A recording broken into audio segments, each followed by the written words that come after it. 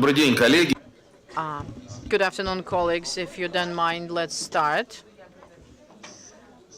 So our top topic today is very interesting and helpless, and helpless because we've discussed a lot of times recently the subject, and we've never had it before, but this time it's again the same thing. So yesterday the representatives of one of the TV channels interviewed us, and they asked a very interesting question. Can you somehow comment on the story that in the framework of the World Championship, the hoteliers, difficult to communicate the word, especially in the presence of representatives of the Ministry of Culture. So that's about the hoteliers.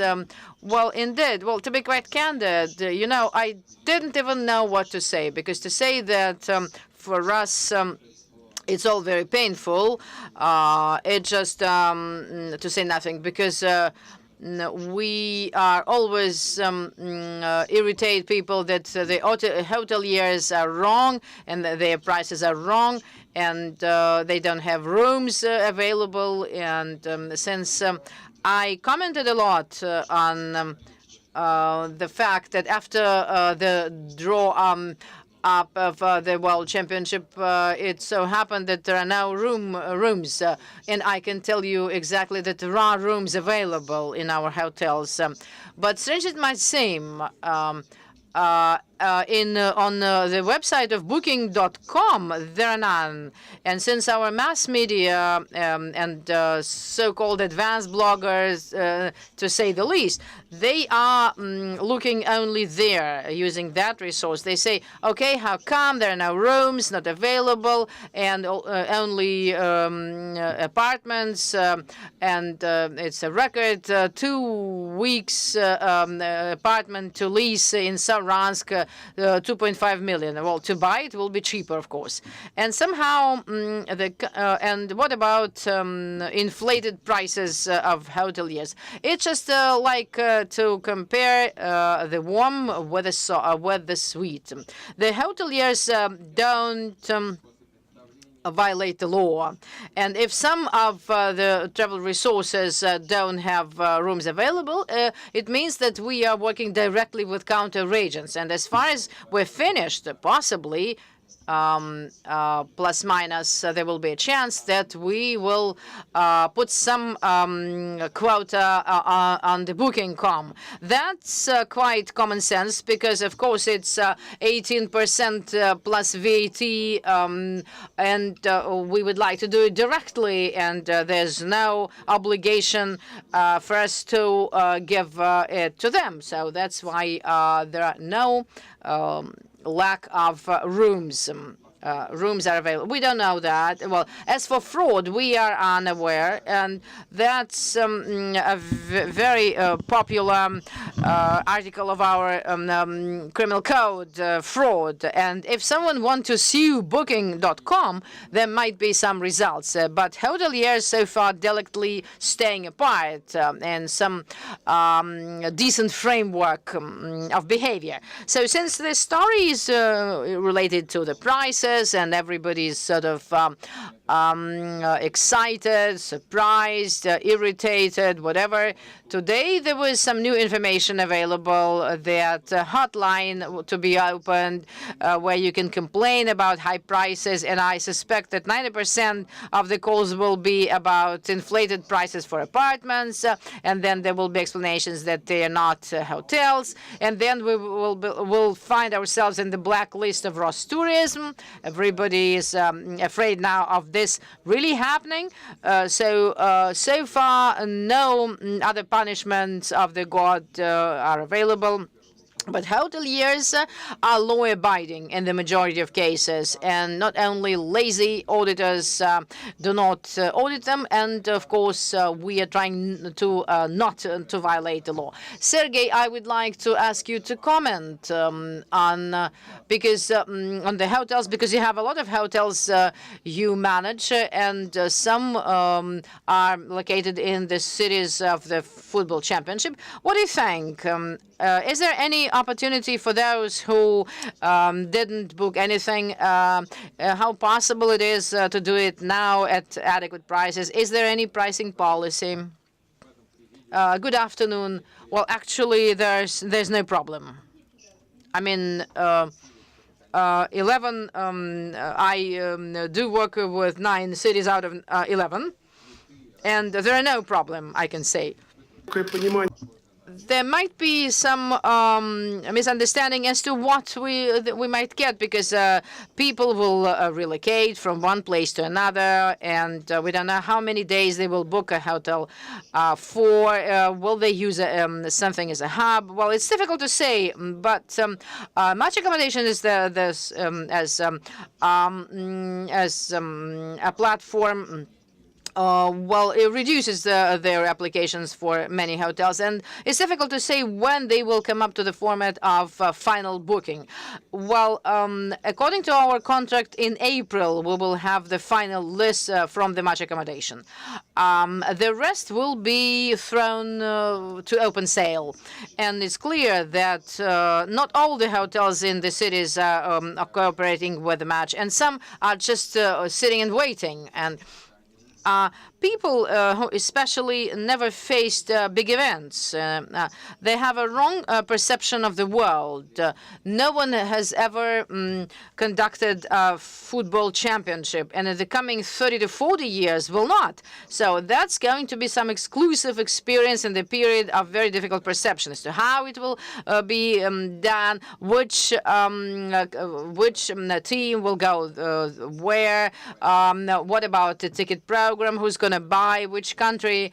Well, for instance, we, take the tickets with Vadim, trying to understand how our team, the Russian team, would go to the second place if they lose to Uruguay or if they don't. So I plan, well, I'm saying this as a human being, and based, and this mindset, not understanding as to who's going to play where after the first 3 preliminaries, and it's difficult to forecast exactly the client flows. It's difficult. It's really difficult, and to suppose how it will all be. Of course, some cities will become hubs. Maybe Kazan, because Samara is closer, Saransk is closer, Nizhny Novgorod is relatively closer. Moscow, of course, because the logistics with the planes and all, everybody's fly down to Moscow, of course, because it's more convenient. Possibly Sochi. Again, possibly Sochi, but from the point of view of the fact that the city to offer something after the Olympics to see. So to say that there are no rooms, there are, and no one's going to increase the prices. Maybe some crazy people who think that they will get through. Now, the hotels who with no classification, are not classified, will be closed. And back in 2014, no hotel in the big Sochi was not operating the format of a hotel. When they were certified, people thought that we were joking. No, we weren't. As for pricing, the prices, according to the decree number 89, are quite high, but they are normal. To say that it's a bad price, no, it is not. I think that's a dream of an idiot, well, to be quite candid. So we are going to think that the state has done its best to give an opportunity to sell. And hoteliers, I'm sure, will decrease their prices, because some think that the World Championship, everybody will come down. No, the first and second category of the tickets cost too much even for foreigners. And it should be the foreigners from that country which won. And to pay 40 to 50 rubles per one ticket for the final or semi-finals, well, it's extremely expensive. And I don't think there will be a huge agitation about that. I remember the Sochi Olympics when the program of full bookings. Well, everybody thought that it will be full, but then it turned out that there was a decree, and me, as someone who was directly involved in that festivity, I should say that I had been given more than 1,000 tickets free of charge to distribute among my teams, including the closing and opening ceremonies of the Olympics and Paralympics. So this agitation, well, allegedly it does exist, but the people who will try to think that that's just 3 to 4 matches in every cities with not quite clear story as to who's going to play, the hoteliers should not feel that they can earn crazily. Well, they might get some trouble, yes, because I have a dilemma as one of the hotels whether to reject them or not, because Rospotrebnadzor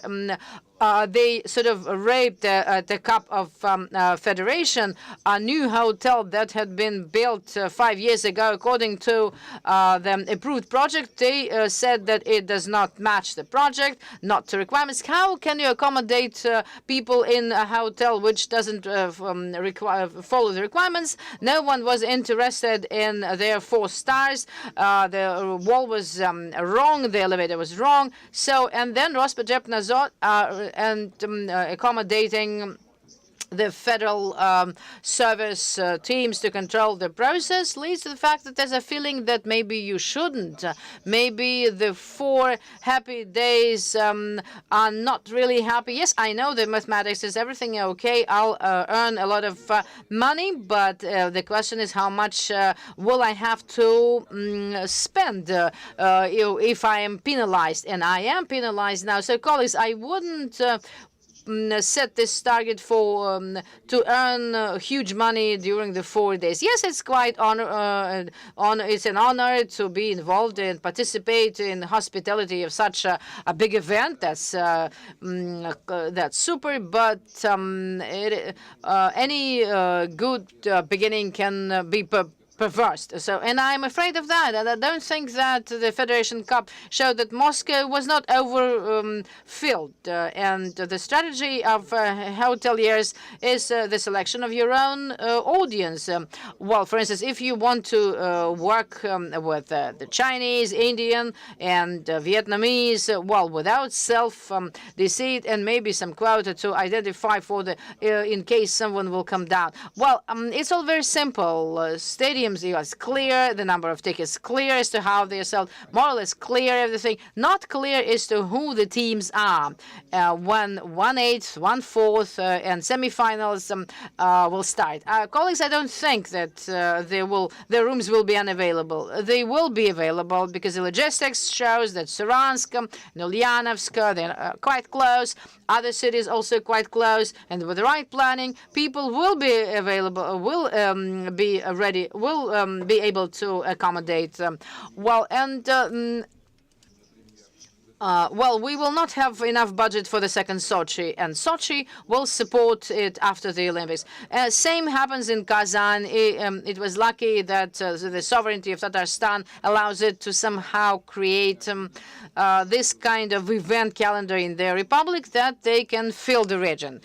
But those who remember the event in Yekaterinburg some year, maybe 10 years ago, when there was an APEC summit and Hyatt for the first year was filled, the only Hyatt, no competition, well, not Atrium.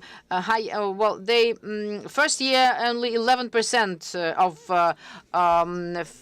filling. It's of accommodation. Everybody was happy. Well, now it's a little bit corrected, but it's not very dramatic. It's all very clear. So the approach is as follows. For tomorrow, there are rooms, they're available, and as Vadim said, the hoteliers do not put it on the booking. Of course not, because they close the sales and in bookings 15,000, and they started to buy rooms at 12,000. Those rooms they don't take for 5. So as soon as I could say, well, of course we will sit and wait because there's no rush. We have time to wait. maybe someone want it, but we don't. And since booking does not guarantee you booking, because people can heroically eliminate those who were the first can lose. That's all very simple. So booking after you booked your room, they start circulating that there are better offers for the same dates. And so, well, I remember one hotel I booked at 3,000, and then they offered me 1,100. Of course, I canceled it. Well, and people were happy to have this kind of clown at 1,100, not at 3.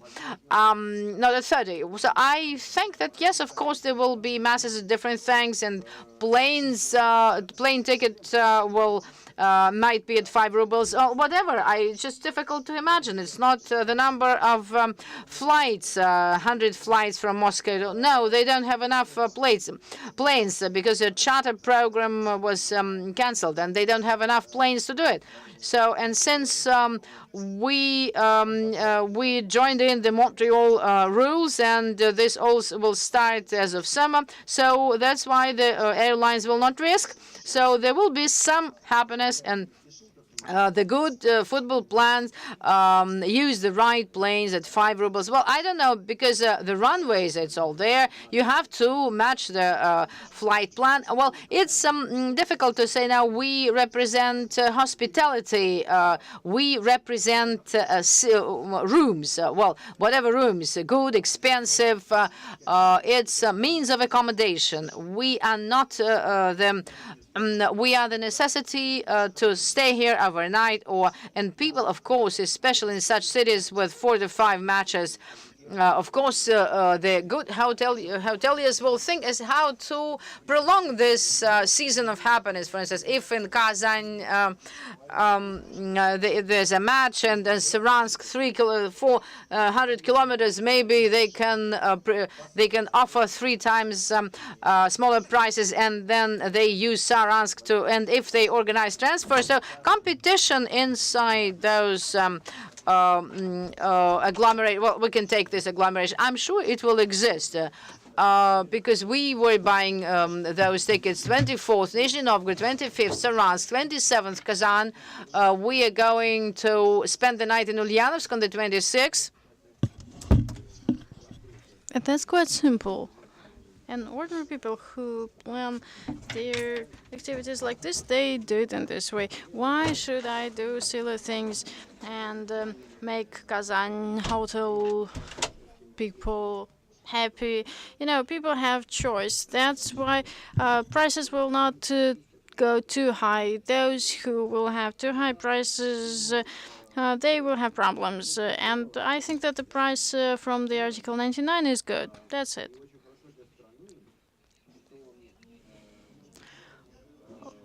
Maybe his business is still there.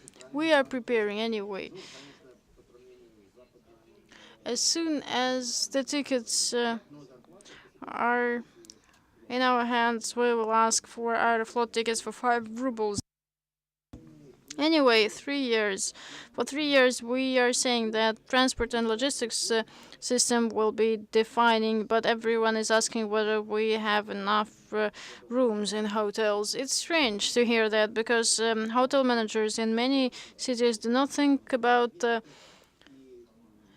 how matches of teams run. For instance, if they start at 3 p.m., we have a lot of options.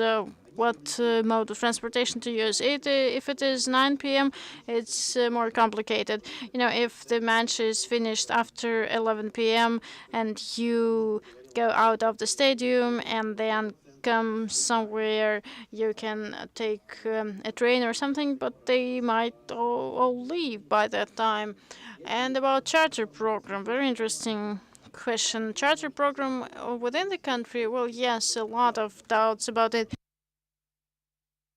But charters from abroad for specific matches, especially with participation of European teams, I think colleagues from the Western countries, Western Europe, of course, they will work on that.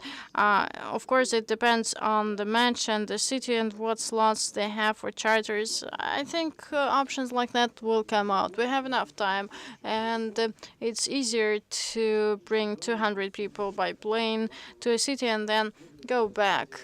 But where is tourism here, dear friends? I like it very much because the organizing committee's attitude has changed about hotels. A couple of conferences, they said, who told you that the World Cup should bring tourists to hotels?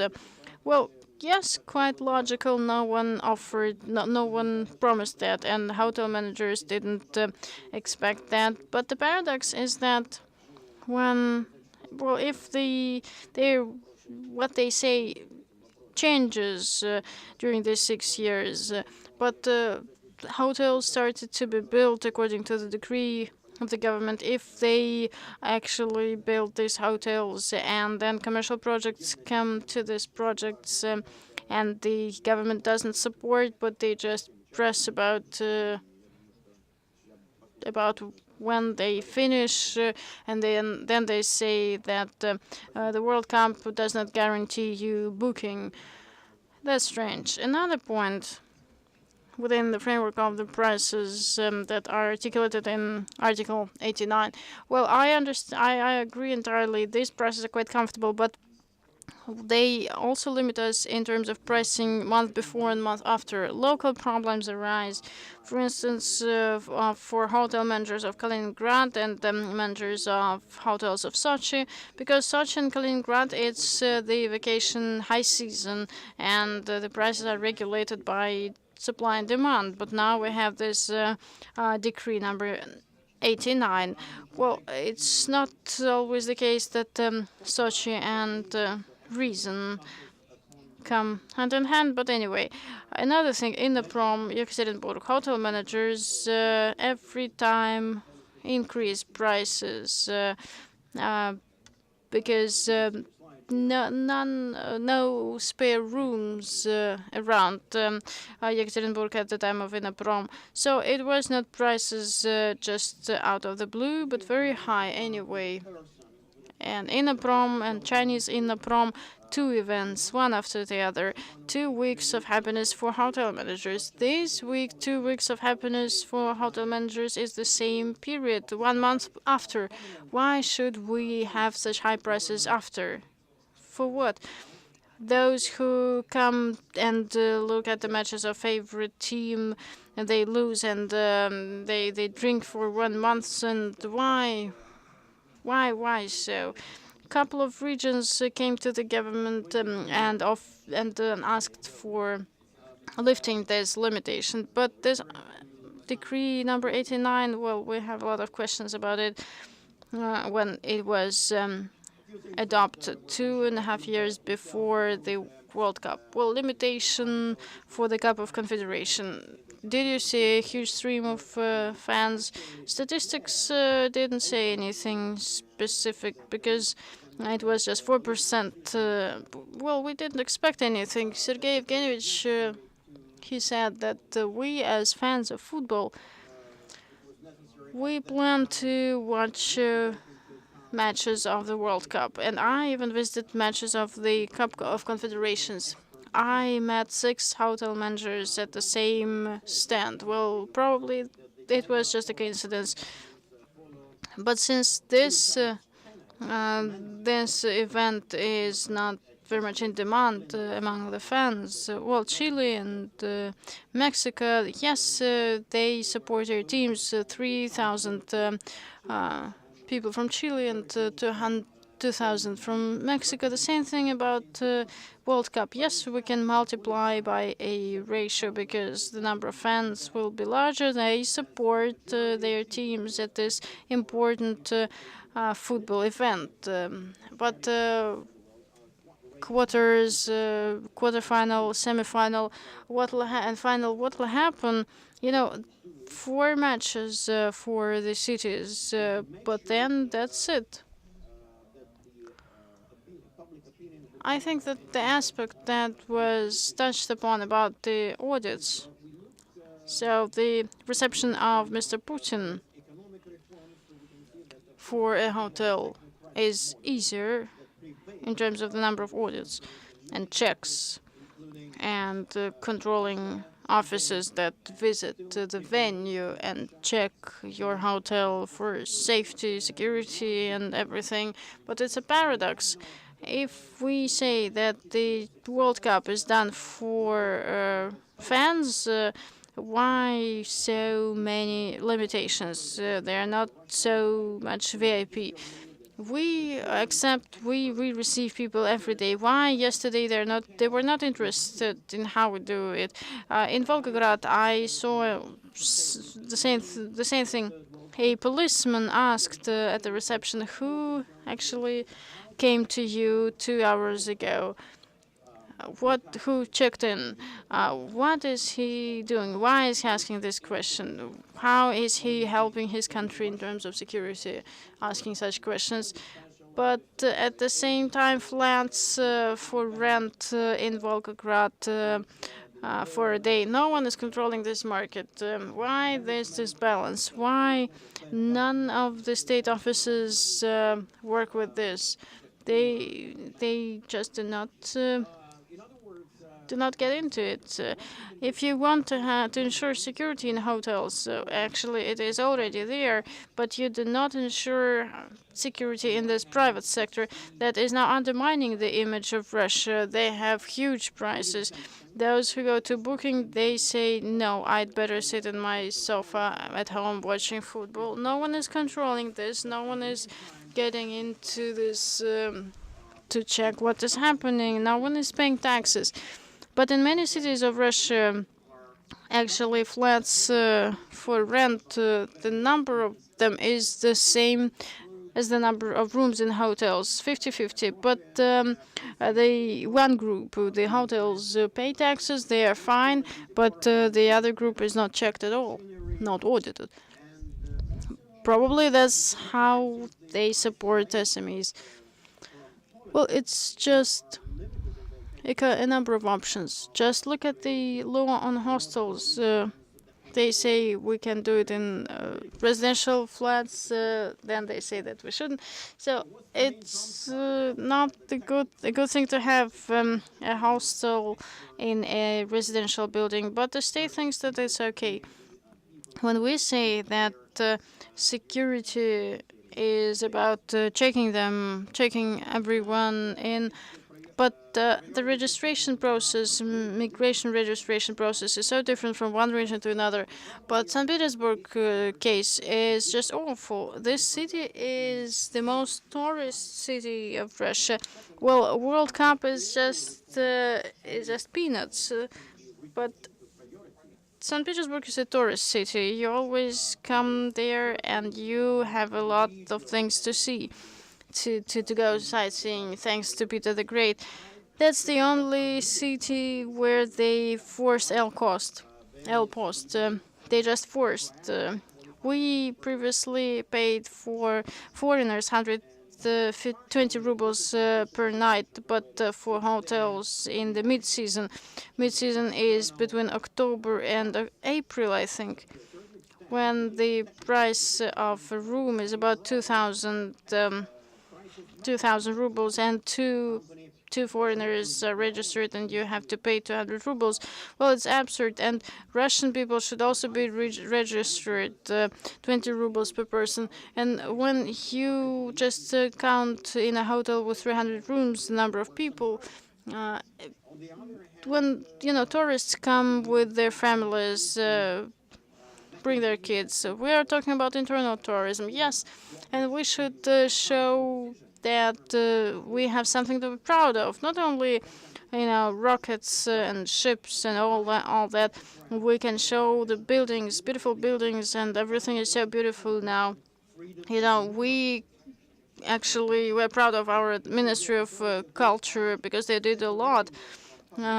Anyway, we have a lot to see. And when I say when a room that is with the price 200 and 2,500, you have to pay, and if they are foreigners, you have to pay more. If he's done it through booking, then you just can cry looking at what you have, what is left after all the costs. 22 rubles per a Russian citizen, 120 for a foreigner. It's just a resort duty, probably, but for private companies. It's not that I often speak. I do not like it. Well, if they hadn't invite me to Gaidar Forum, I would have come. But from one conference to another, we say the same things. The same people who understand my position and support me. And at one of the conferences, when they invited the deputy governor of the Moscow region, they said, they asked, what are the problems of hospitality industry?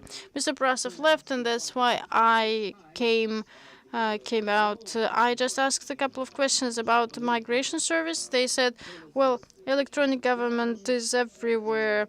In Kazakhstan, they now register children through SMS. Give birth and then an SMS about your child, and everything is fine. He's registered. Well, it's Kazakhstan.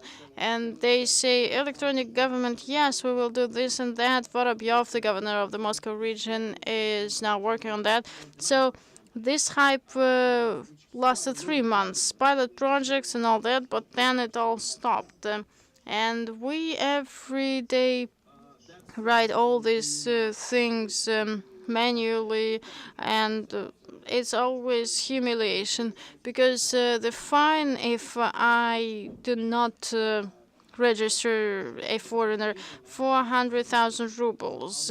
If you forget to register a person, a lot of people, you can just close down your hotel. For the second time, it's 500 rubles, and then closing down for 90 days. That's just great. We cannot do anything about it. And me, as a person who got used to fines, I just ask the only thing: may we do it as a physical entity, individual, because it is cheaper 10 times. Well, there are various fines, but, well, at least something. And we face this regularly.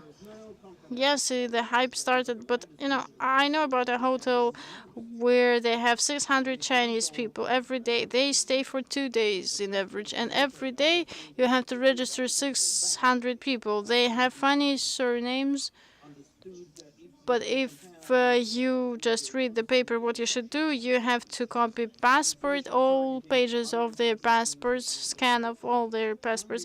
Well, you just can get bankrupt paying so much for paper. Who needs that? They're empty pages of their passports. Well, am I a customs office or a tax office? If you need that, please do this. No one is interested. No one. Yes, just they're clowns. And all regions have their own rules. After getting deeper into this question, in one region you cannot be sure that you will have the same in a different region. I just say to my directors, managers, that it's your fault. It's hard to know the legislation of all the regions. It's impossible. Everyone is doing what they want. I do not know how it happens. Number 2, about HASP of 2013. It was the law in 2013. In 2015, everyone had to adopt that, but deputy governor at that time, who had run the event, he invited Rospotrebnadzor, a significant man, stand up. Well, he looked like Trutnev, but younger than he is.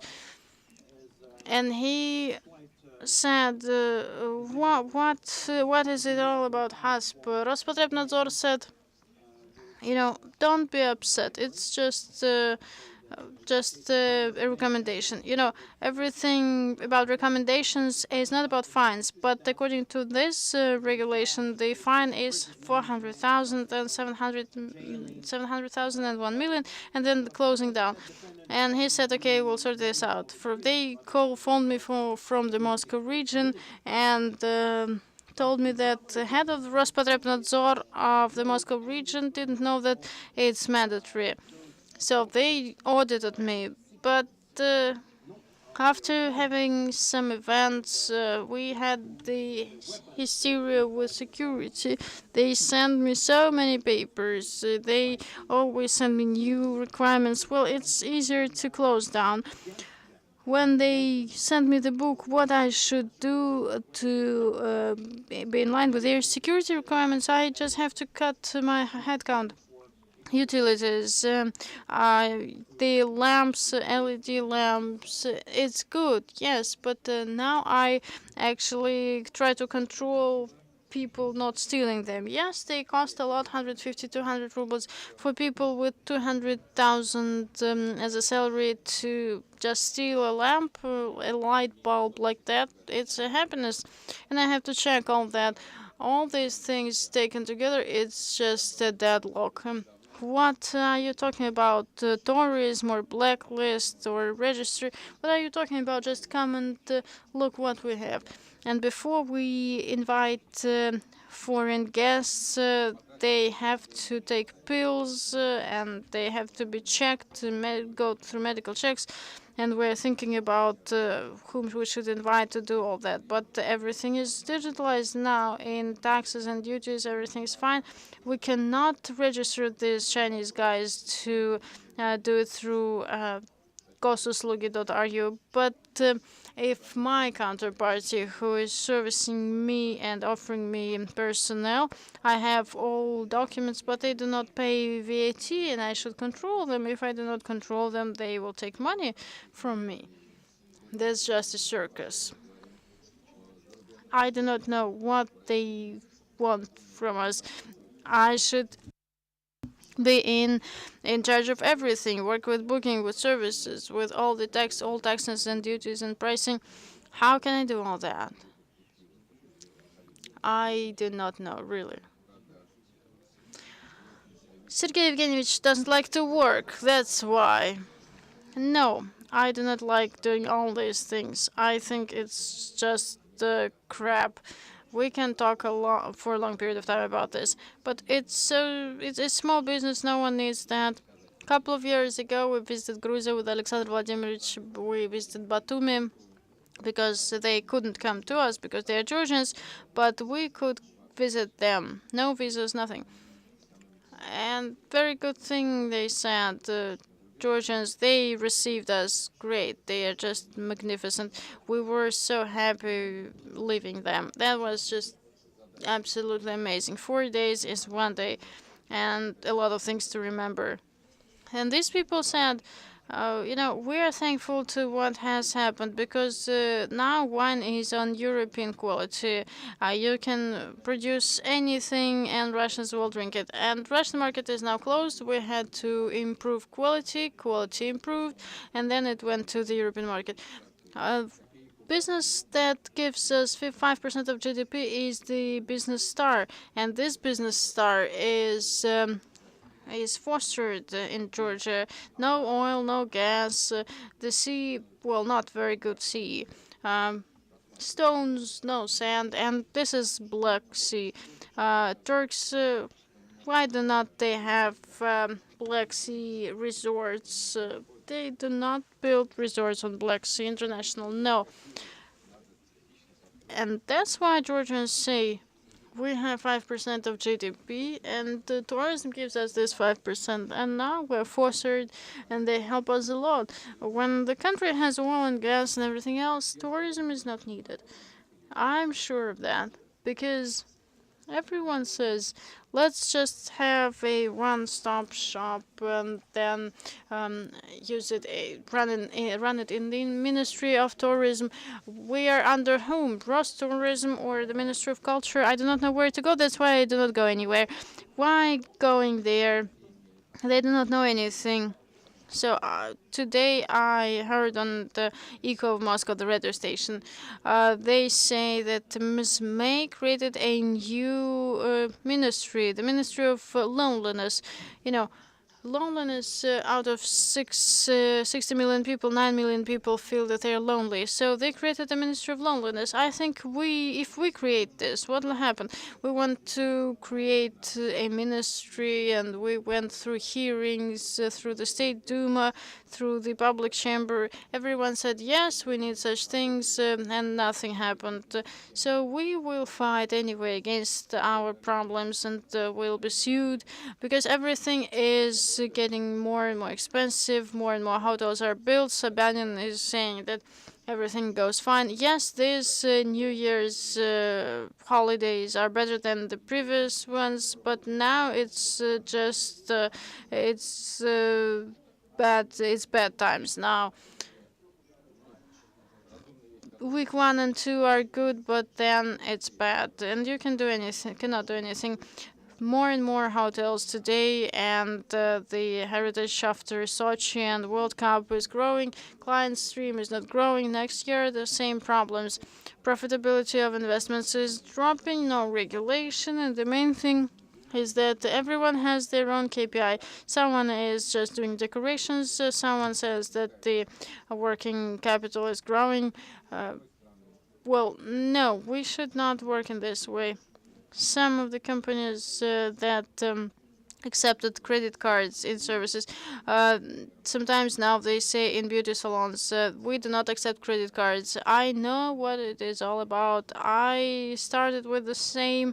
We worked with a cash desk, did something wrong. So I understand that if they stop to accept cards, plastic cards, I know what they are doing.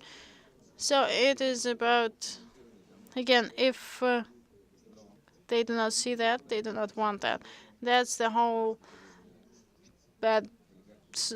sorrow of it. A lot of cultural programs, but before we have a balanced picture, before they understand what happens, I do not know what they build in Moscow. Large neighborhoods. Who are they? Who are these people who should live here? Do we have enough workplaces? People should work somehow. No, it's not possible that everyone is sitting in an office.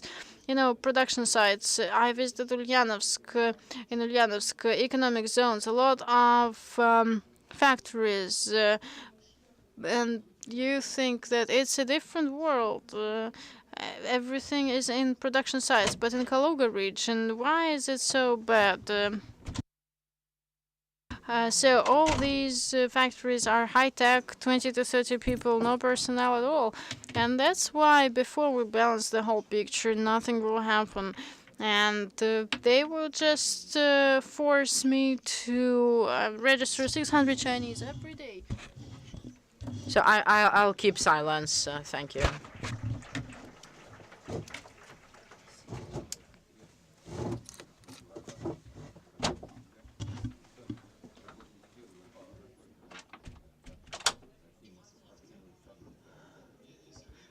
Well, Sergey will keep my solitude. One more thing to what was said, to add the word monument, and then the situation will aggravate. 7:30 Monday morning, security called me to say that people are running on our roof. And I asked, how did they come there? They came from the street. What are they doing? They are clearing the snow. Because snow started only today. It's a monument of architecture. Snow should not be higher than 5 centimeters. We don't have contractual relations, but we have the authority, and that's why they came to us 7:30 in the morning to clean our roof of snow, and it was so peculiar. Well, 7:10. Well, everybody wakes up. That's okay. That's good. Well, I decided. Well, Sergey said that he doesn't speak very often. Coming back to the beginning of your statement, the second part of this Marlison Valley, I should say that last week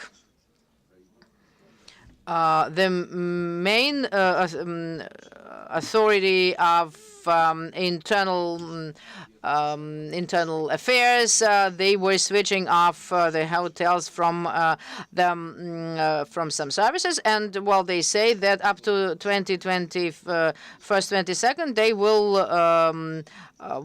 will do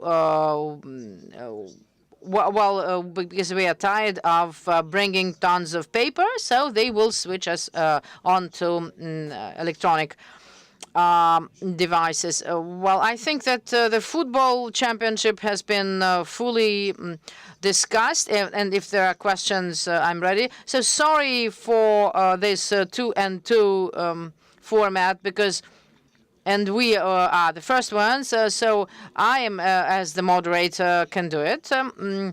Well, I wrote the program. That was exactly what was written there. So to dilute it, those decibels, well, let's bring in some more smart people. And the third topic, to protect historical legacy and historical knowledge, and give it the floor over to the colleagues. Who is ready to speak up? That's all very similar to the restaurant compartment. People are traveling together for a long time in different compartments, and then they came to the restaurant, sat down and drank 100 grams. Then they started to talk to each other, and then some people also wanted to speak up something.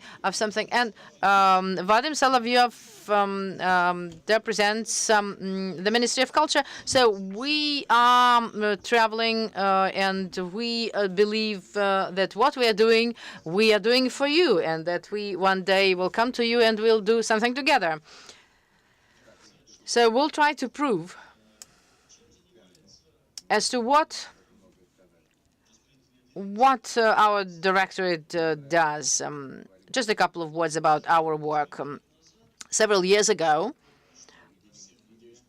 I hope that everybody started to understand that the cultural legacy facilities, well, monuments, to put it simple, it's not about sculpture, of course, not the sculptural monuments and not cemeteries, of course, but about historical and architectural monuments. The budget of the states, with all due respect, thank you very much to our ancestors. It will never be enough, the budget, and of course every year this question is becoming more burning, and I have here a provision from the project and program of, and thank you very much, our colleagues. I would like to speak about what we are doing. The number of facilities of collective accommodation, well, quite a term. It's a great Russian language. It's a phrase of genius. Facilities of collective accommodation. Well, but you'd better put it simply, a hotel. Well, bureaucrats always win. They will become more in number, and the domestic tourism is growing, absolutely, undisputably so. And of course, it would be great for it to grow even faster, volume-wise and quality-wise. But that's the story. So of course, it is growing. So the Russian citizens now start, or not start, but they continue. Irrespective of how much they were prevented from it, they are traveling all over the country. They are trying to show to their children of something that was saved or something that's dying. So tourism is still there, and it will not die, I hope. But actually, that's similar to using an old oil field. So the tourism, the whole of it, well, it belongs to what exists for a long time already. And the hotels, just think about it. The simple logic, they appear in bigger cities with 1 million population because they have some movement and some flows of tourists, or where there are, again, those facilities of tourist sightseeing. Because otherwise people won't go there, and thus they don't need a hotel. Well, of course, it's very good for the Spanish authorities when they have so many of those facilities of cultural legacy with no inheritors, and no one wanted to keep and preserve, and they do have some castles. And then the Spanish authorities created Paradores, which is a state-owned hotel chain. And at that time, they had a problem that it was very difficult to maintain, very expensive to maintain those hotels and those facilities. And why Paradores prospers? Because they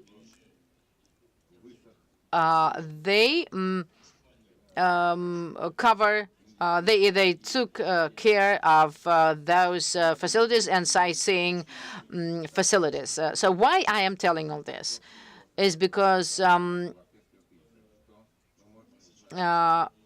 now, the Directorate our Directorate was founded with only one goal, to give the monuments over to the new owners, new effective, we love this word, effective owners, because we already have ineffective, like the state, and now we need effective owners. And in the recent 4 years, we have handed over about 30 such facilities, and we sold, we handed over to new owners, and at the end of the presentation, we will show some examples of such facilities, and we now can afford drawing some conclusions as to why, who, how, at which conditions we're buying them. Why should we sell them in the first place? Well, the logic is very simple. If there's no budget, we should give it over to some private hands for the people who can do it. And for many years running, I'm trying to prove at all levels of the state, of the authorities, and I'm just begging them, let's do a very simple thing. The state will identify the criteria to say those monuments will never, ever, at any conditions, be handed over to private owners. We all realize that in some there are state offices, some valueless legacy, which is risky to be given over to private owners, and some should not have mass access. So identify your criteria and say to us, that's it. It will never be privatized, those things, and the rest can, and it will mean that the rest will be able, and then we will be able to have some plans, action plans. If we do have a castle or an estate or a mansion or in the territory of a region, a district, an entrepreneur will be able to understand that if he buys this or that building and will help to create tourist attraction, then my tomorrow will be well funded for. Unfortunately, all my calls are not heard, but still we don't lose our hope. The higher the level of ruining, the more prospects there are out there. There are some numbers I can quote as to how many, you can see on the screen, how many monuments we have in the country. Just recently, as an association of owners of historic mansions or historical estates with 30 facilities in them. And it's not thanks, but instead of the state's effort, the people really bought out those estates and revived them and refurbished. And it's now it's they are our pride. 30. Just imagine the number.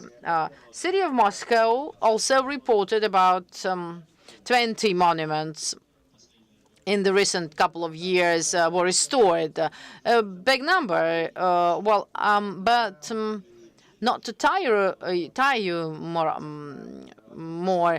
Well, the next table here shows the numbers as to how much is spent on restoration.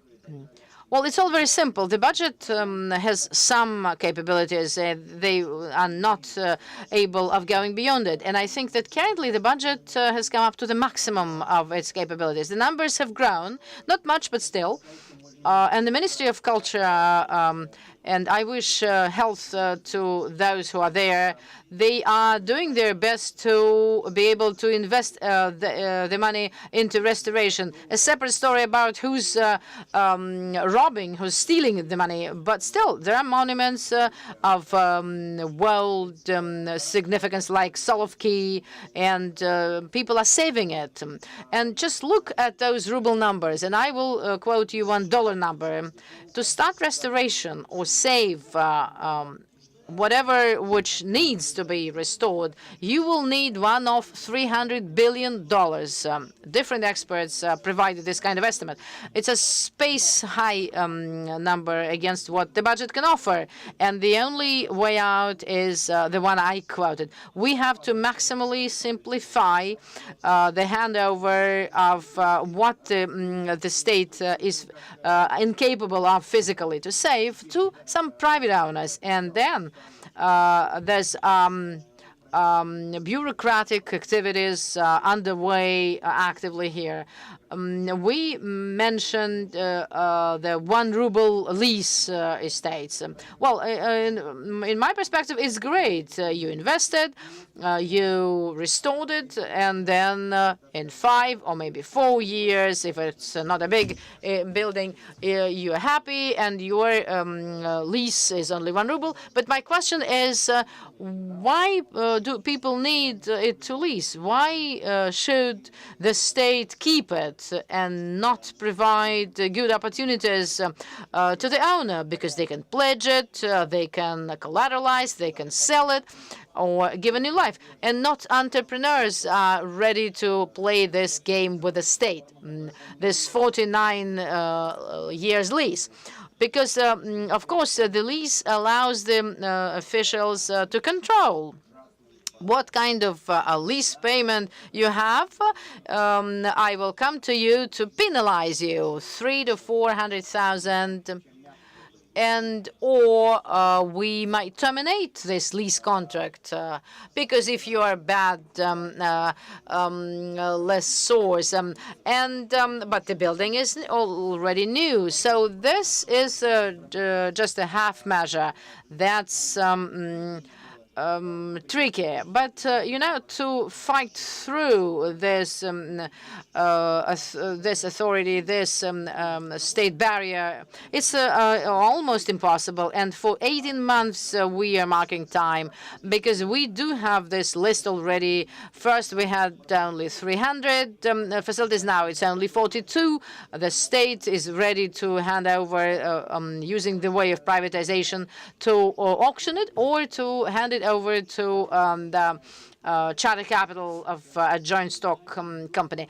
That's a different volume. But Rosimущество, for the couple of years, out of 180 facilities in the plan of privatization, has not sold anyone, just no one, and not planning even in the coming couple of years because the legislation doesn't allow it to. Everybody recognizes that the only opportunity, according to the legislation, to privatize is through the charter capital of joint stock company, but they don't want to do it.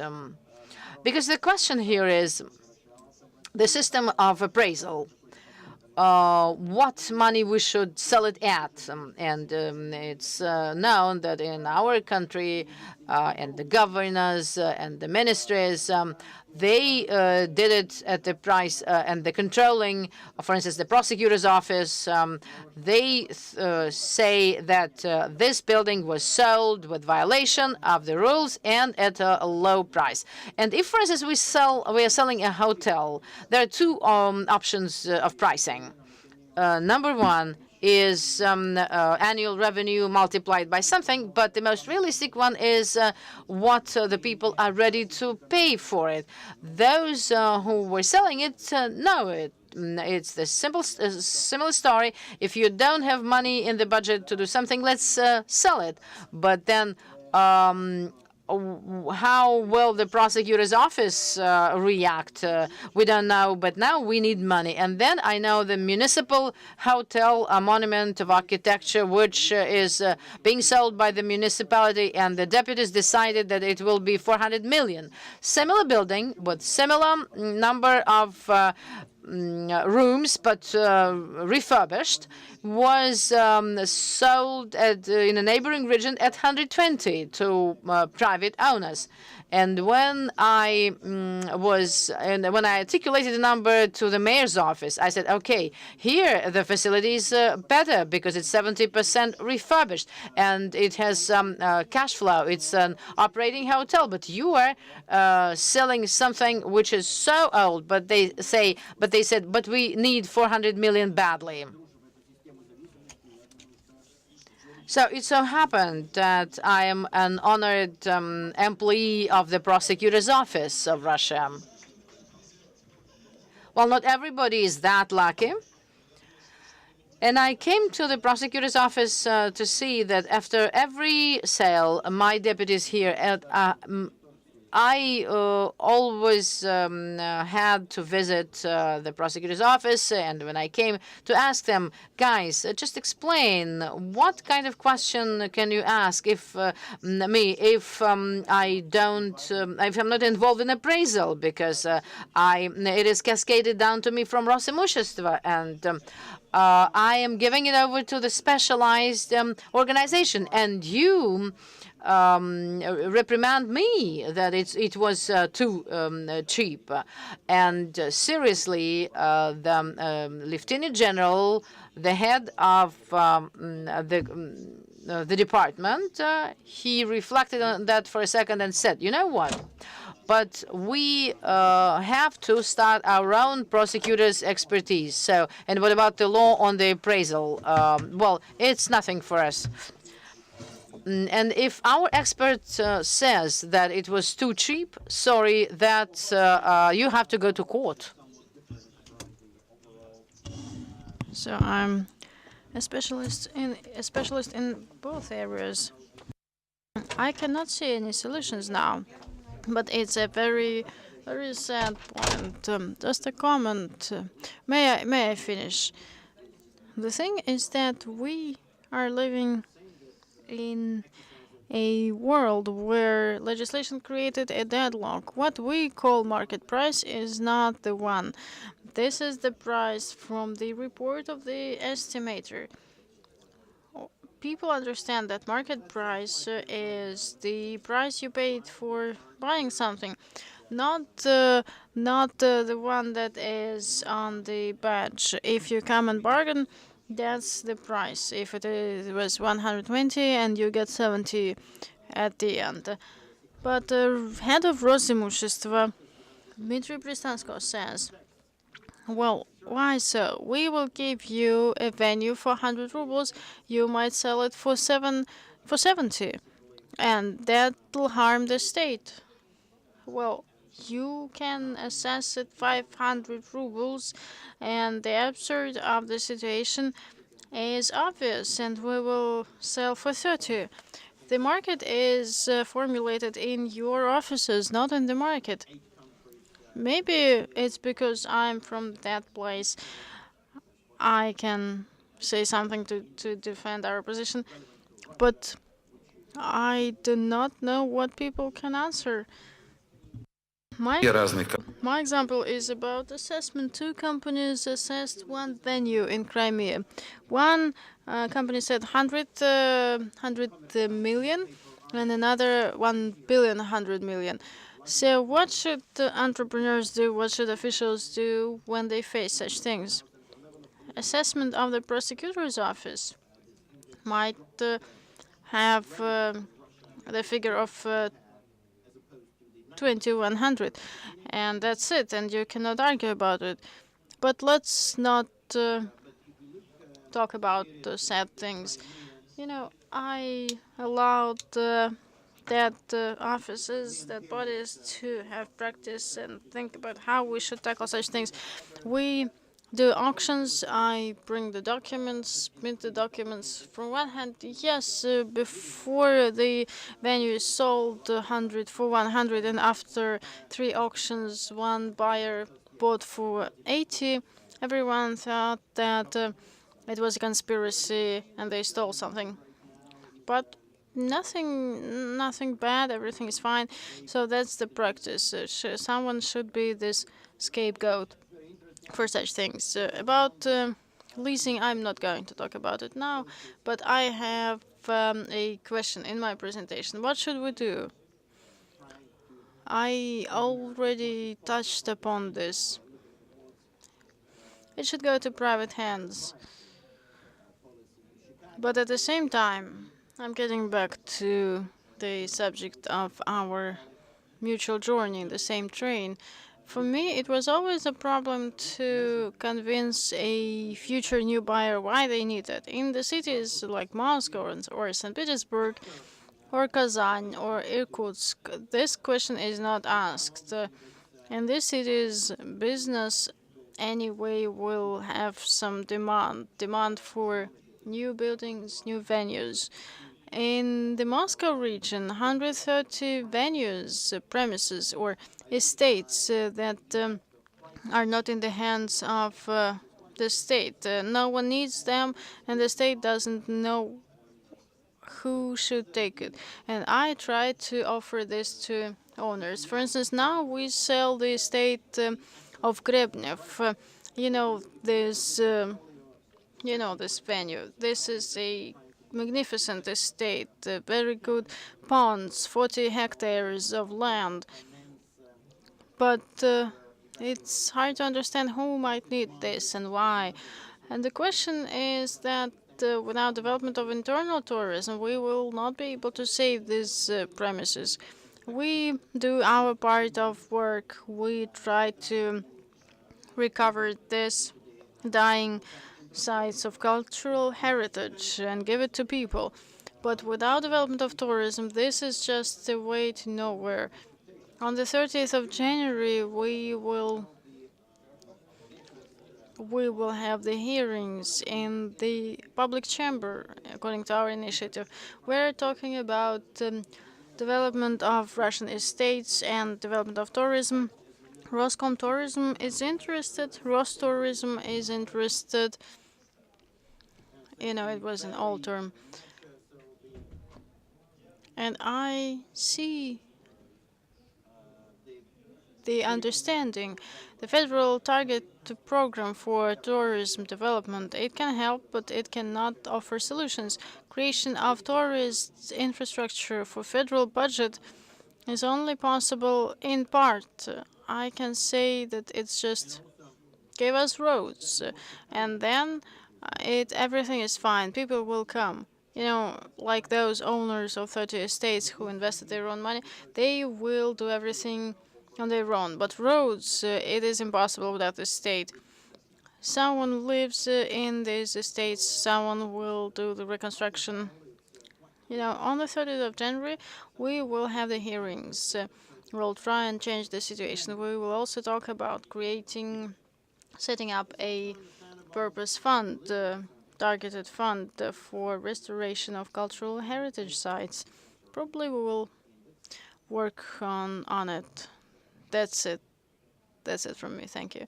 A comment, a question. Well, let me finish. No problem.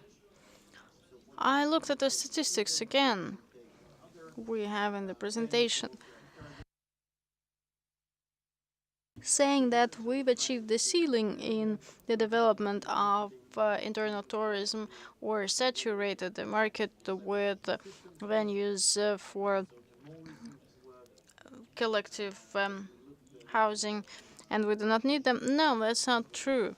And through the reserve, we have things that we offer for the market with unique cultural heritage sites. So we can have a leap forward.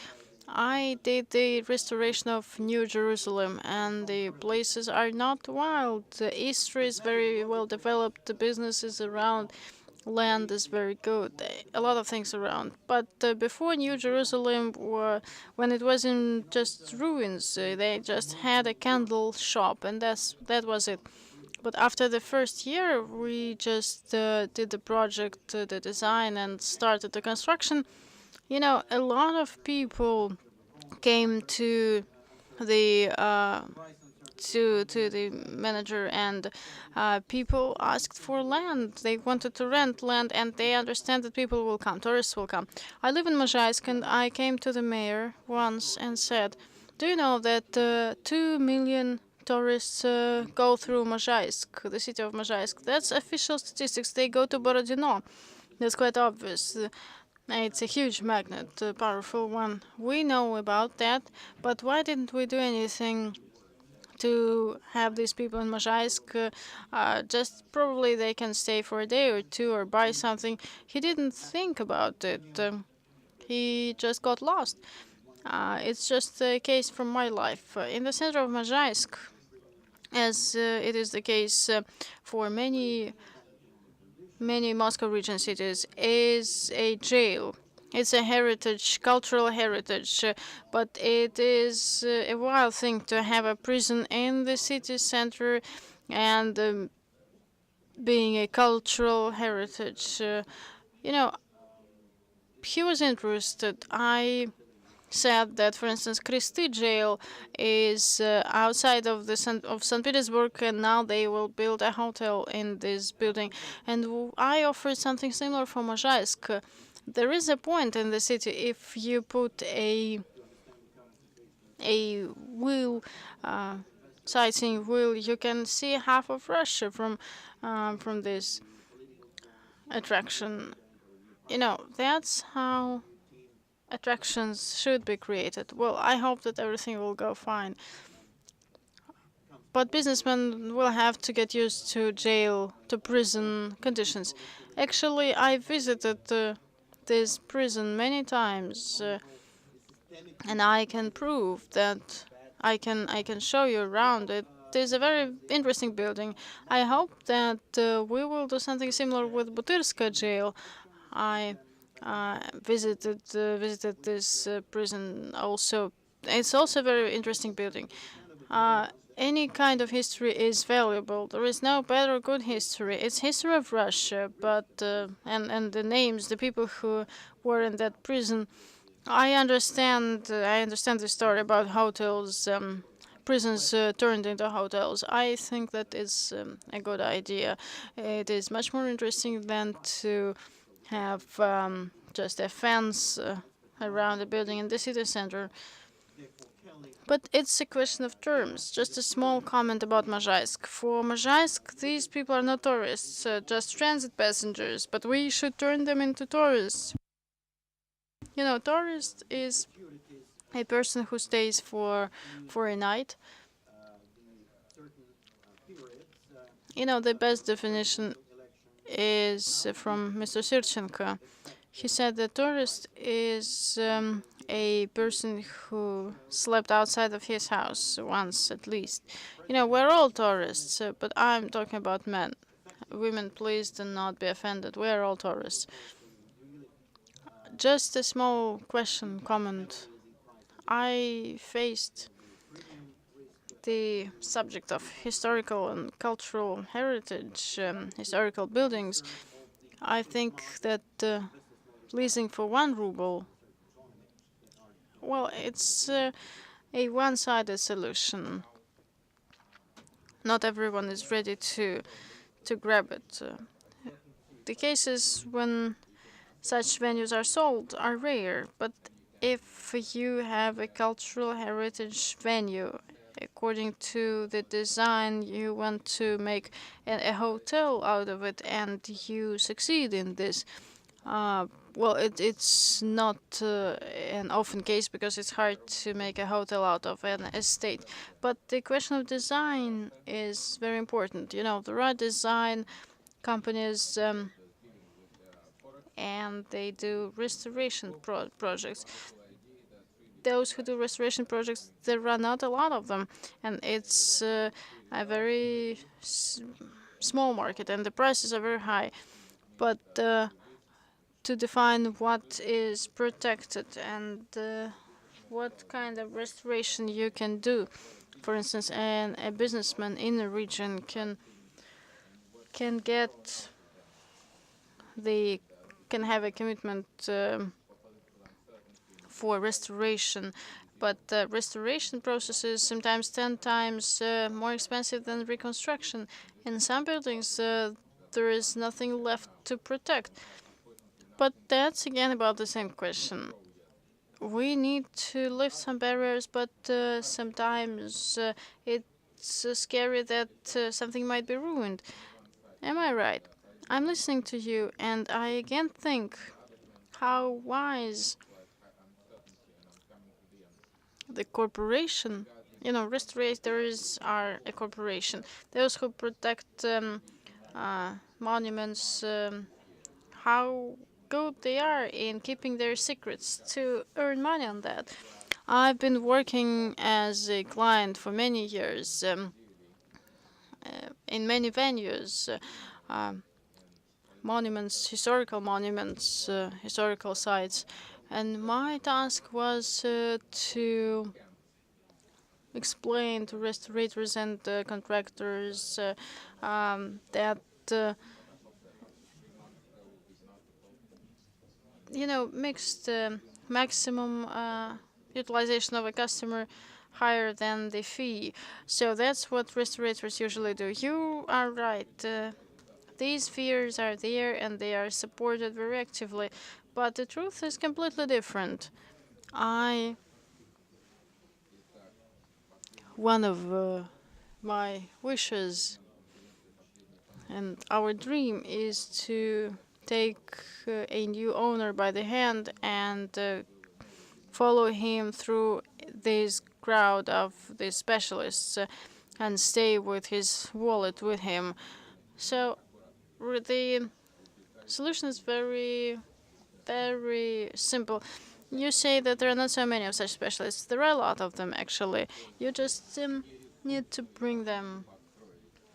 And they are ready to reduce prices and offer good materials. It's not about the presence of restaurators. We lack professional specialists of the client service, those who can work for the new owner. Not so many people working in this area in restoration sector. That's why restoration is very, very expensive. But Central Scientific Workshops and Mr. Kulikov, chief architect, for the recent 15 years, he was doing the following. He was trying to create proper pricing systems for this sector, restoration sector, and standards, develop standards. So for all owners to be able to understand whether they are cheated or not. And hopefully we will win in this area. And this service, we will not push it, but we will offer it to a new owner. And with the Minister of Culture, we agreed upon the following. We shook hands. We decided that I will be able to open any door if I will have to protect the dates and prices. So actually dates, deadlines are most important than pricing. For instance, the project is negotiated for 3 months, should be negotiated for 3 months, but it takes 6 months. In one of these states, we have the same case. So we waited for the council, scientific council, for instance, for 6 months. Before they make their decision, you cannot do anything. I know how to fight against this, and this can be fought against. All these things are achievable. The most important thing is to start. I visit a lot of places in our country, and good experience is always in demand, especially when people invest their own money, when it is presented properly. Because I'm sure that the majority of investors is expecting limitations and barriers, not prospects, in this particular sector of heritage. Reconstruction cases for many buildings, from the point of view of economic feasibility, well, sometimes it's easier to just destroy and build a new thing. But we sometimes have a leeway, but I love historical buildings and hotels and historical buildings. We know about Restaurateurs and cases like that. If we are able, for potential investors, if we're able to show, as they say usually, the roadmap, then the new life will come into the sites of historical heritage. It's if we could have here investors here, they do not go anywhere. You know, one of the investors in Irkutsk, you showed we showed his venue here in this presentation. We invited him into the Ministry of Culture, and he said, I didn't want to talk with those officials. You know, RP, Irkutsk Monument Development Company, our client's company, absolutely a copy of our company. They do the same thing. They sell a venue and they assist the new owner in the development. So he said, I do not like officials, but when we finished the first venue, I took the second one. I understood that what they offer is what I need. So we didn't come out of the blue. In the regions, the processes are very interesting. And RP in Irkutsk, in Omsk, the same example, in Ulyanovsk, deputy governor, he is supporting my position. He thinks that everything should go into private hands, should not be sold, but just given to private hands. But in the territory of a monument, you cannot build anything. So you buy not a business, but a headache that should be built, first of all.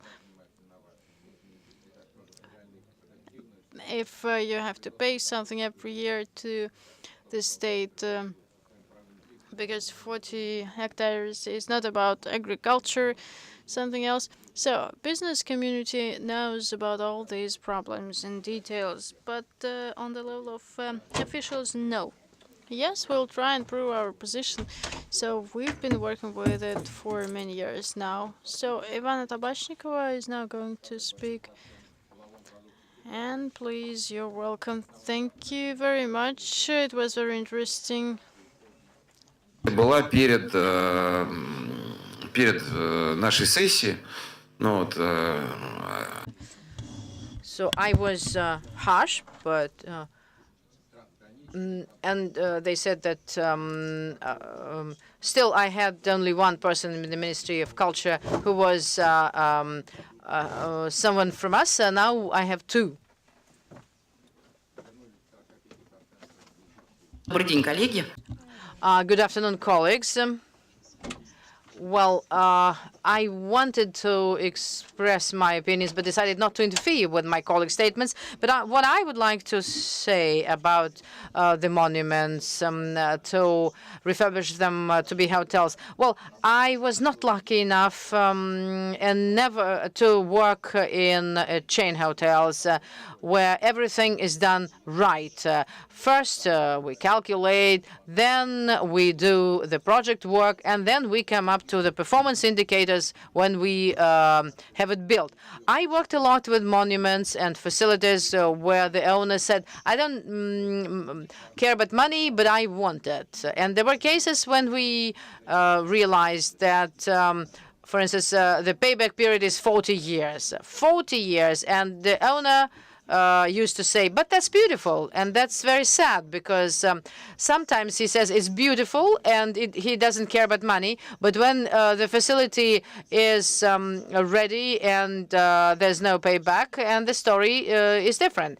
So cultural legacy is fantastic energy, and it's a huge and experience, global, nothing to do with the hotel business. And I showed a slide with historical estates and mansions. And when you didn't have a hotel there in this castle, or you want to do a hotel or a restaurant, well, of course, according to the global experience, and I was looking for those pictures for a long time. So in relation to the cultural legacy facilities, and the monument, whether it's federal, regional, or local, or identified monuments. So it's there's one serious thing there, whether we will be able to do anything with this monument, because as Vladimir said, it depends on technology, because it's very serious in the work of a hotel. And then I will give you an example. Sukharevsky Hotel is a monument, federal monument.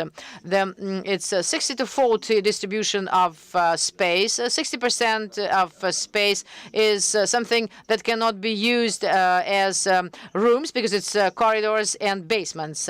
And a monument, which is a hotel, because the owner thought it is beautiful, why not make a hotel out of it? The federal impairment was not eliminated, so what they were near the Sklifosovsky hospital. There were hospital chambers. 65% of what's there doesn't exist, but the status of the facade and roof, which leaks every year, and disproportionate distribution of space, does not allow us to do a hotel. But the owner decided to do a hotel, and I was involved in the process in 2 years after the beginning of the work, and now we can say that the hotel occupied its niche. It was quite a successful project because it's well operating. To say that it's super effective economically, no, because very high costs because it's a monument, and because 100,000 a month is spent only for technical maintenance of the building. And operational expenses, because it's 18th century, the building breathes, and sometimes it's in a bad mood. And for instance, it was floating 3 times during a year. Well, not to pronounce it well. One of the guests just poured 3 liters bowl of pickled onions into the drawn, and the sewage system was not capable of consuming it. It provided us all implications possible. Do we have to do this kind of thing with monuments? If it is possible, and well, of course, the investor should be motivated and be fond of such facilities, because such facilities are very seldom resold because of all those things. And if someone inherits, for instance, a land with an impairment, which is a monument, I have one fascinating territory. We've been suffering about 4 years, 16 monuments of regional significance in one land plot. Some of them are barracks, in applied, 95% being ruined, still a monument. And as soon as we agreed, because in relation to the investors and Ministry of Culture, and there's always a notion of fighting against each other, how to protect it, why you are not doing it. Some things should be, well, now everything is okay. The fight is over. But then ecology, environmental expertise came down to the territory. Fascinating, magnificent, great, 16 monuments. The questions all solved, but the ecology identified 14 types of worms which have to be protected. So in 70% of territory now is unattractive investor-wise, and the investor is just crying because he doesn't know what to do with all those worms. Maybe we should set up a federal program to save all those worms. Well, the museum part of it and a hotel, that's all tourist sightseeing facilities. In relation to the state fund, well, we can say that 80% are not okay for hotels. For instance, yes, prisons and factories, yes, but energy, their aura is not very good. And Novoslobodsk, the central facade should look into the yard of the Butirka prison, and as soon as they did the basement, the ecology came down to for them. So if we talk about the interaction of the parties concerned and what we can do about it, the state and the investor will not be ready to invest, because not everybody is ready to invest into hotel business, because this business needs control 24 hours, because it's not always transparent, not quite clear to those who don't know the business, because the hotel business, with all those problems, and I sign off every word of Mr. Kolesnikov, but that's our everyday pain. We have to deal with every day. We don't know what will happen tomorrow, and that's very curious and interesting, because this turbulent external environment does not allow us to relax. And I think that we will not, our brain will always be active, because we always are in search of information, trying to invent triangle wheels and reinvent the wheel. Well, we don't have answers legislatively, resource-wise, but that's very curious and very challenging. And if an investor decides to do a hotel, that's great. That's a good idea, but we have to understand that inside the segment, up to 80% of facilities will not become very cheap money. It will be long-term money, and it should be sightseeing facility to form the infrastructure around it. Because I remember the words of one person who said at one of the round tables, "Give me a wall and I will make up an event." Well, any business can be killed, irrespective of the process. If it is mismanagement, you can kill it. Whether you can take a monument as an investment project, well, yes, but there will be a lot of monuments. So where we will go, what's the goal, what's the paying ability, whether we will be able to create an interesting, comprehensive product to attract guests and tourists. So I'm going to talk about good examples. Why they were selected in the first place, because this example here is Staronikolskaya, Pervomayskaya, the ruin level was the Mysen-Pushkin estate. There was only one wall left. And when they learned, well, the Chinese said today, well, great citizens, they learned that there was a Congress of the party, 6 Communist Party Congress held. But no one remembered that it belonged to Mysen-Pushkin. And now it is absolutely refurbished and renovated, and there's a museum there, and it's beautiful, and that's a reception hall and multifunctional facility and space, and the value is preserved. Great. Another interesting one is Lipetsk region. it was a killed space altogether. And as my good colleagues told me, I didn't visit myself, when they started to renovate it of this big estate and mansion. There was an Easter, and more than 2,500 people came down there for Easter, because people are fond of traveling.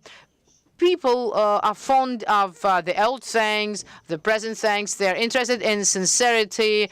And there's an interesting term in marketing, evaluating the prospects of weekend traveling. There's a separate term which is called small trip, which is 2 to 3 days you can allocate to afford to travel with your family and spend per day much more than you spend at all-inclusive 15 days resort.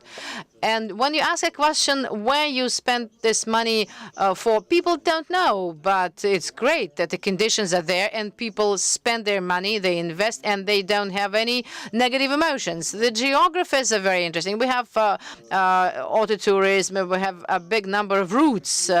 It's for estates, for trains, excursions. So in this area, we cannot say that they're not working. They are. And of course, there are other areas to tackle. But that's quite a remote facility. But if 3,000 people come down for Easter, well, the problem was, as colleagues say, that they said that we hadn't even thought that there will be this kind of demand, and we're not ready enough for infrastructural things. You know, toilets and food outlets.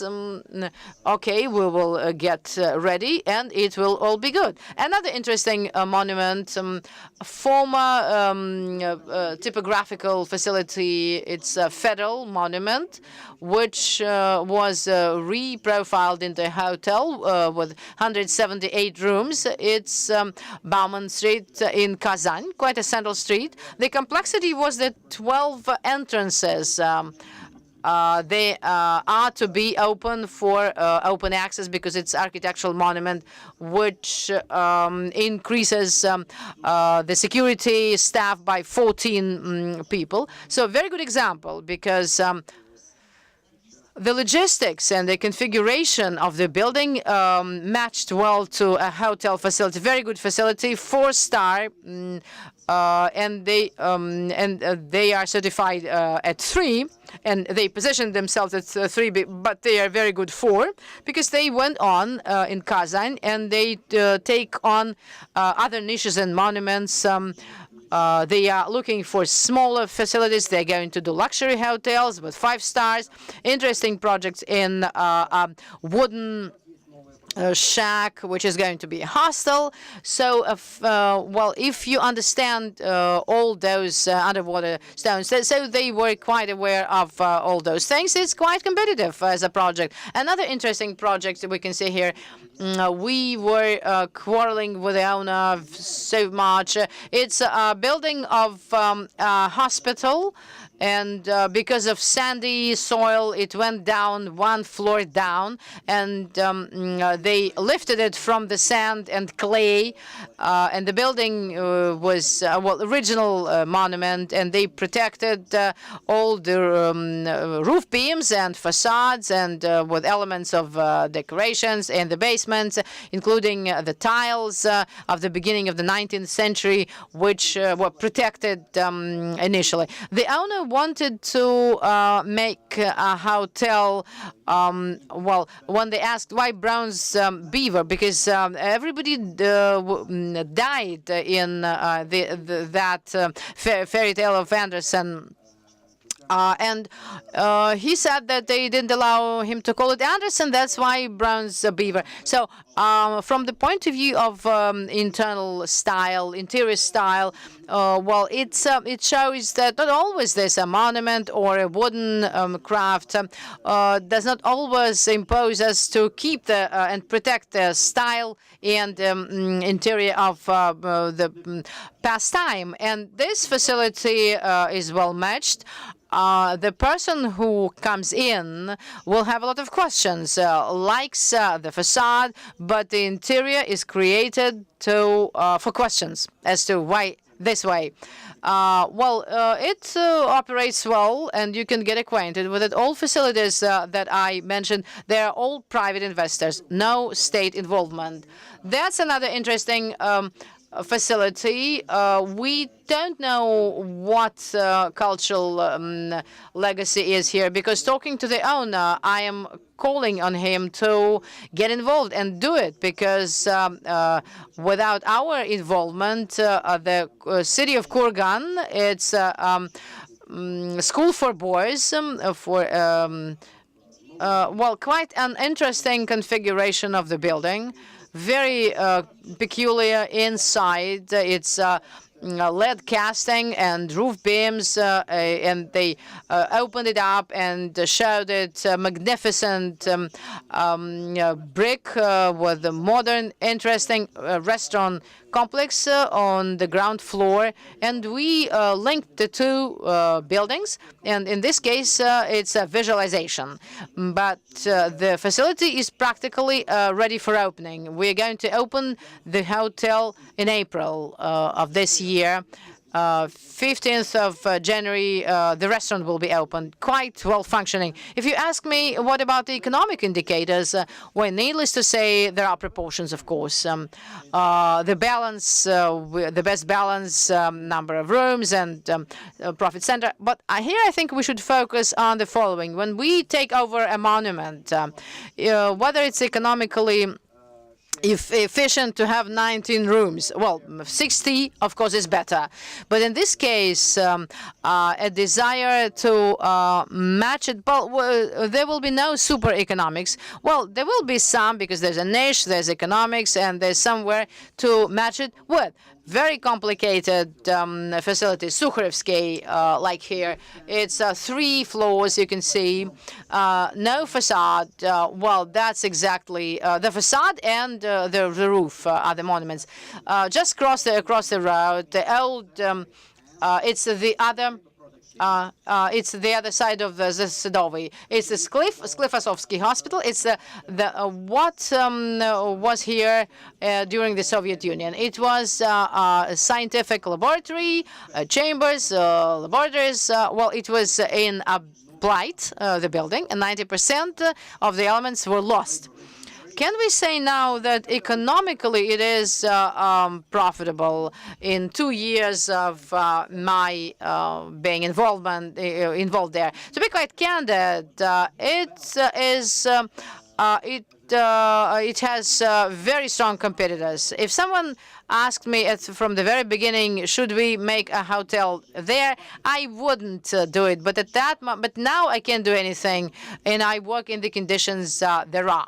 So the problem is that if you approximately have 300 meters of a great hotel of 80 rooms, and there are only 44 here, and that is why having high costs with 44, we have a very good feeling, but if there is some great economic effect, not of course, but the owner is happy.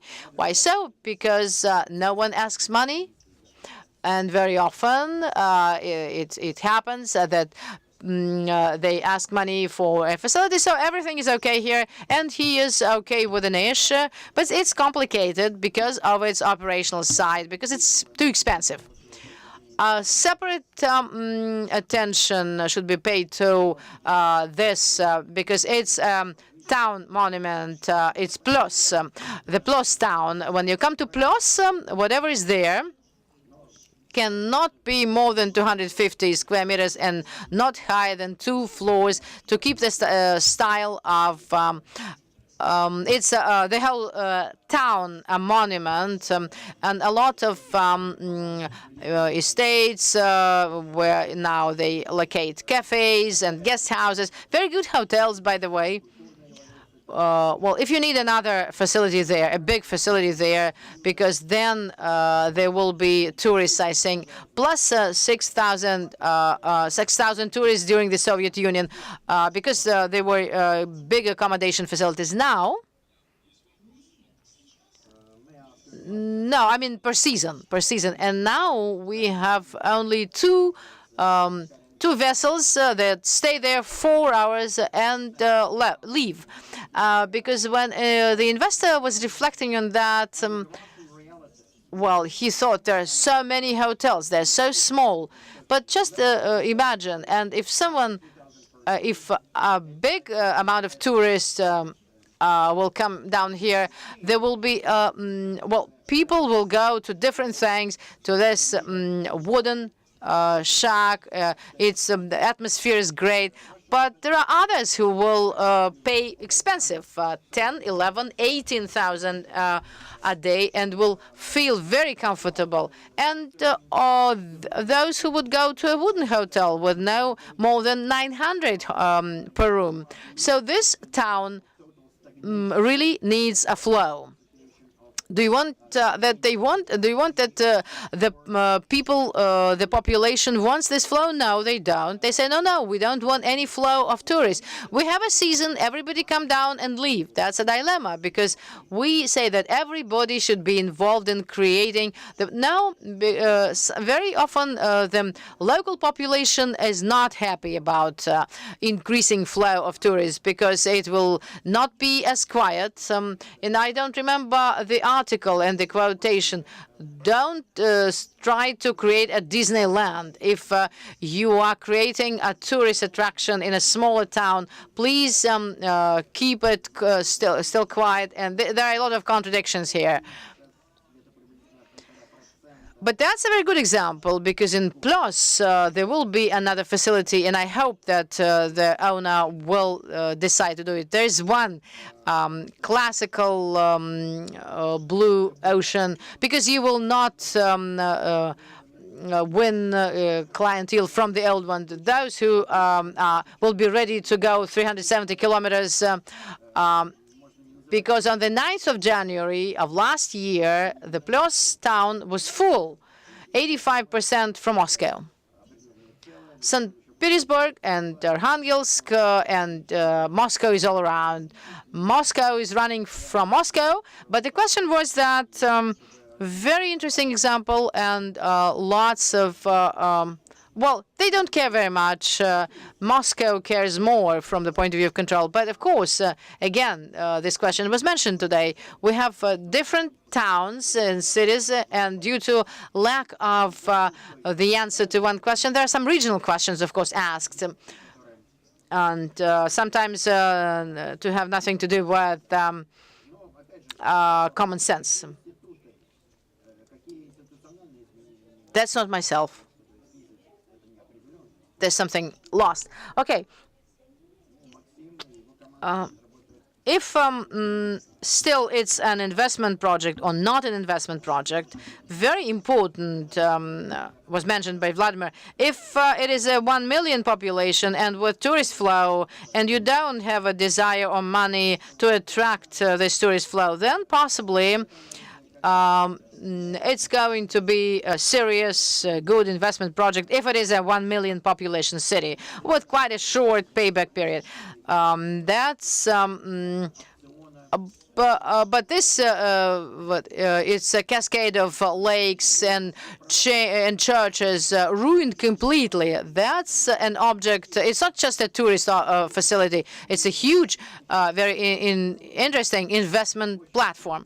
The other thing is that it's about 2.5 billion to do it, to invest in it. Well, clear not in one day, but it will not be cheaper because besides all those cultural legacy, there are some buildings which are much older.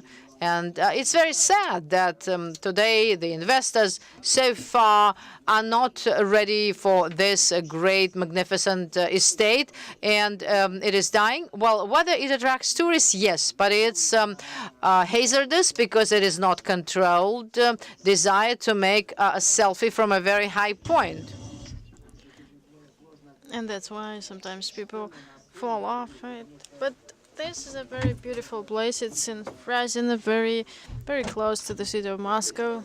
So we'll hope that this venue will survive. Well, they often ask, what are the risks? Infrastructure, yes. Commercial, of course. But this is typical to any investment project, irrespective of whether it is a heritage venue or not. Anyway, risks, business bring risks. Operations risks, yes, you cannot do anything you wish with this building. Sometimes you have to ask questions and get answers that you might not like. Do the heritage monuments, culture monuments have future? Yes, of course. You know, tourists, what do they want? Not only food and festivities. You know, animation business is developing very quickly. Event venues are developing. Festivals are developing. This movement is developing. Do we need more? Yes, because we sometimes have problems with lighting with coverage for various events. But it's great that you mentioned Sheregesh. If you are not in the high season in Sheregesh, you know, the building to the right is lighted very nice, but the mountains are not lighted and hotels are all in the dark. But the only building with lighting around is prison. And the head of the whole thing is a very humorous man. That's why his poster says, "We always have vacant places in our institution." So I believe in our hotels business. We all fans of our business. This business is magnificent. It is complicated, but it has a lot of prospects in the future. And let's hope that investors will believe in it and we will get more cool, creative, interesting projects. Thank you very much. Thank you very much. You know, I have an idea.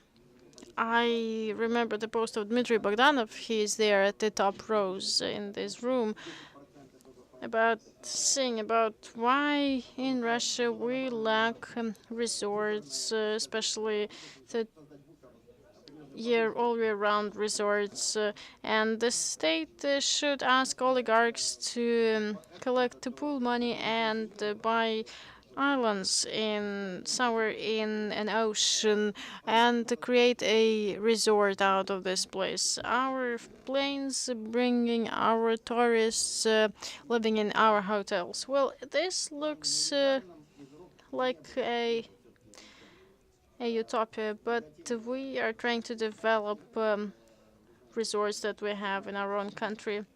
And we should protect our cultural heritage. Yes, it'll be a challenge because there are not so many people who are willing to do something according to instructions of the government. But we, looking at you, and sometimes the government looking at investors, they say, "How will you live with us in the same country after all that?" I think probably investors are ready to go into various businesses, not very attractive investment-wise, but the heritage of large events, I think everything is fine. After APEC in Vladivostok and after Olympics in Sochi, I think they are all fine. And today, I can be called an optimist after Mr. Kolesnikov's presentation. You know, it's a rare case that someone might say of me as an optimist. After discussion about our problems and difficulties, now we are in a very nice world, but very hard to do things in this world. I mean, preserving the cultural heritage. You just have to think through it. If you live in a hotel in a building of 600 years old, it's great to touch a wall of this building and just keep silent and try and hear the sounds that were heard in this building 300 years ago, 500 years ago, in a hotel of the Paradoros network. Well, I had a door. You know, it was a monastery for women, and my door was like this, the door into my room. And I, slammed my head into the wall. Not the door, because it was too short. You know, we have to act in this sector. We have to leave something behind us. In architecture, I cannot see a lot that we can have as heritage, but let's just sort out and preserve what our predecessors built. They built a lot of things very well, very good. Without Peter the Great, we didn't have St. Petersburg, a large city that was that costed a lot in many aspects. But on the backdrop of Russian Federation, European cities, it looks like a city you want to visit more and more and walk around. Well, good weather, that's what it lacks sometimes. But anyway, we have a lot of cities where tourism element is so large and tourism potential is so large that when you visit the city and you see buildings that are standing with blocked windows with obsolete facades and the roof is ruined, but you understand how it might look like if there are people who are able to restore this. You always vote for such venues to be transferred without any payments to investors, just for the sake of them being saved and for them being alive again. So for us to see in the centers of our cities the picture with which both tourists and the citizens of the cities feel comfortable in their cities, because this is always a pleasure to look at. Yesterday we had a forum of small cities, and we discussed, in my friend feed in Facebook, there are not so many good words about the forum. Why? Because the administration of the president, together with the Ministry of Construction, with the participation of the Ministry of Culture and Rostourism's participation, they had a forum related to preservation of small cities. But the majority, I think the majority of the mayors of these cities understand that tourism is one of the ways for development for their cities and protecting their cities or improvement of life of these cities. But no hotel managers, no hospitality managers at the forum. I would like us to discuss problems in a different way, understanding that there are stakeholders who try and tackle one global problem. Unfortunately, getting back to Sergey Evgenievich's presentation, he was tough today, and I should admit that without the Ministry of Tourism, or you can call it whatever you like, not the Ministry of Loneliness, it's hard to work without them, because the right hand doesn't know what the left hand does. The head is somewhere else. So with this, we have to work day by day for many years. And we say, guys, we are a sector that is able to earn money. We do not ask for anything from the state. Sometimes we just try to say, please just neglect us. Act as if we do not exist. Sometimes they act as if we do not exist, but we need their attention, and vice versa. So that's the paradox. That's how our hotels business look like. Very important infrastructure, element of tourism, very good one. Without hotels, tourism is impossible. So we can, yes, live in camps, in tents, but we do not want to. We got used to comfort.